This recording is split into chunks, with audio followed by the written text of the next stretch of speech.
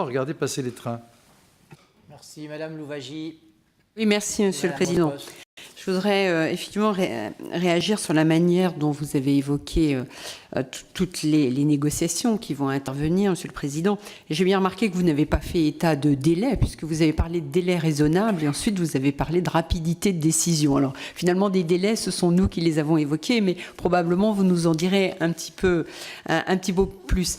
Je pense qu'aujourd'hui, il y a une vraie attente. Et cette période d'incertitude qui existe et d'attentisme, en tout cas, elle est un risque important pour notre économie et pour l'ensemble des entreprises qui attendent des règles claires et cohérentes.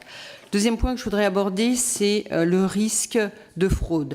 La France est entrée dans un dispositif de lutte contre la fraude avec un certain nombre de pays européens, avec des coopérations qui se sont mises en place entre l'ensemble des services des États membres. Et le Royaume-Uni a un vrai rôle à jouer. On l'a vu dans l'affaire du Panama Papers, où un certain nombre d'entreprises étaient en relation avec des îles britanniques, paradis fiscaux. Et est-ce que ce point peut être finalement un handicap? Est-ce qu'il peut y avoir des impacts, à votre avis, sur toute cette coopération qui existait entre nos différents pays? Est-ce que nous avons un risque finalement de voir cette lutte contre la fraude mis un petit peu en difficulté avec le Royaume-Uni? Vous avez évoqué, Madame Barba Layani, deux exemples de situations fiscales qui pourraient nous faire sourire si elles n'étaient pas, je dirais, avec des risques importants.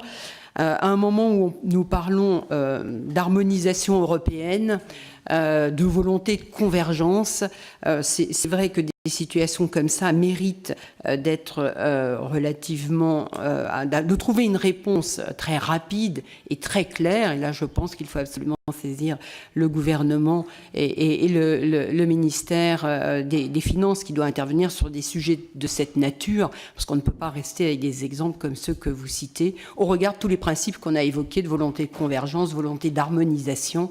Cela me paraît relativement important.